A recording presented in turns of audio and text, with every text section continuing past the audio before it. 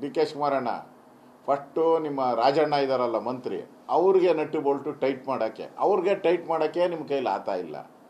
ಇನ್ನು ಸುದೀಪ್ಗೆ, KGFನ ಯಶ್ಗೆ, ದರ್ಶನ್ಗೆ, ಅವ್ರಿಗೆಲ್ಲ ಹೆಂಗೆ ನಟ್ಟು ಬೋಲ್ಟ್ ಟೈಟ್ ಮಾಡ್ತೀರಾ ನೀವು? ಫಸ್ಟ್ ನಿಮ್ಮ ಪಾರ್ಟಿಯಲ್ಲಿ ನಿಮ್ಮ ವಿರುದ್ಧ ದಂಗೆ ಎದ್ದಿರೋ ಅಂಥ ಲೀಡರ್ಗಳನ್ನ ನೀವು ನಟ್ಟು ಬೋಲ್ಟು ಟೈಟ್ ಮಾಡೋಕ್ಕಾಗಲ್ಲ.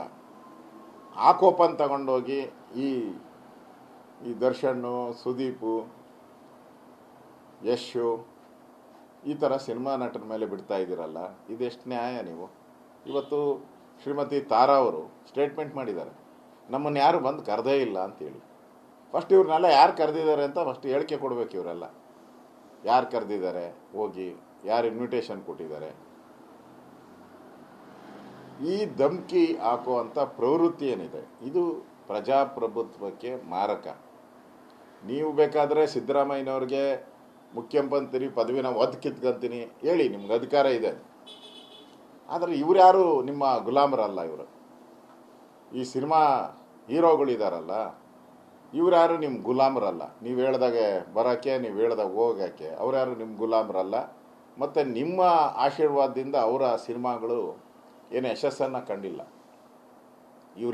ಇವ್ರ ಆಶೀರ್ವಾದ ತಗೊಂಡು ಸಿನಿಮಾ ಯಾವುದಾನ ಮಾಡಿದ್ರೆ ಸಕ್ಸಸ್ಫುಲ್ ಆದರೆ ನನ್ನ ಆಶೀರ್ವಾದದಿಂದ ಅಂತ ಹೇಳು. ನಿನ್ನ ಆಶೀರ್ವಾದದಿಂದ ಯಾವ ಸಿನಿಮಾನೂ ಸಕ್ಸಸ್ಫುಲ್ ಆಗಿಲ್ಲ. ಮತ್ತು ಅವ್ರ ಮೇಲೆ ಯಾಕೆ ಒತ್ತಡ ಹೇಳ್ತೀರ? ಇದು ಪ್ರಜಾಪ್ರಭುತ್ವದ ಮೇಲೆ ಮತ್ತು ಸಿನಿಮಾ ರಂಗದ ಮೇಲೆ ಅವ್ರಿಗಿರೋ ಅಂಥ ಭಾವನೆಯನ್ನು ತೋರಿಸ್ತದೆ. ಸಿನಿಮಾ ರಂಗದವ್ರ ಬಗ್ಗೆ ಏನು ಭಾವನೆ ಇದೆ ಅನ್ನೋದು ತೋರಿಸ್ತಾ ಇದೆ.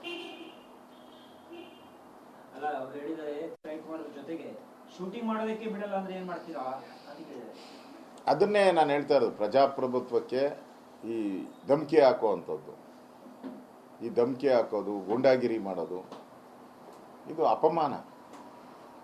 ಸಿನಿಮಾ ಅನ್ನೋದು ಒಂದು ಅಂತಾರಾಷ್ಟ್ರೀಯ ಮಟ್ಟದ ಕಲೆ. ಅದು ಡಾಕ್ಟರ್ ರಾಜ್ಕುಮಾರ್ ಅವರಿದ್ದರು, ವಿಷ್ಣುವರ್ಧನ್ ಅವರಿದ್ದರು, ಶಂಕರ್ನಾಗಿದ್ದರು, ಭಾರತೀಯವರು ಇನ್ನೂ ಇದ್ದಾರೆ, ಕಲ್ಪನಾ, ಎಂತೆಂಥ ಕಲಾವಿದರನ್ನ ನೋಡಿದಂಥ ರಾಜ್ಯ ನಮ್ಮದು.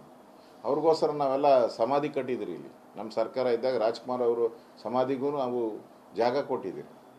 ಅಂಬರೀಷ್ ಅವರು ಈ ಟೈಮಲ್ಲಿ ಏನಾನ ಅಂಬರೀಷ್ ಅವರು ಇದ್ದಿದ್ರೆ ಸರಿಯಾಗಿ ಉತ್ತರ ಕೊಡ್ತಾಯಿದ್ರು, ಅವ್ರ ಭಾಷೆಯಲ್ಲೇ ಉತ್ತರ ಕೊಡ್ತಾ ಇದ್ದರು. ಪುಣ್ಯಕ್ಕೆ ಅವರು ನಮ್ಮ ಮಧ್ಯೆ ಇಲ್ಲ, ಪುಣ್ಯಾತ್ಮ ನಮ್ಮ ಜೊತೆ ಇಲ್ಲ ಇವತ್ತು. ಅವರಿದ್ದಿದ್ರೆ ಸರಿಯಾಗಿ ಉತ್ತರ ಕೊಡ್ತಾಯಿದ್ರು.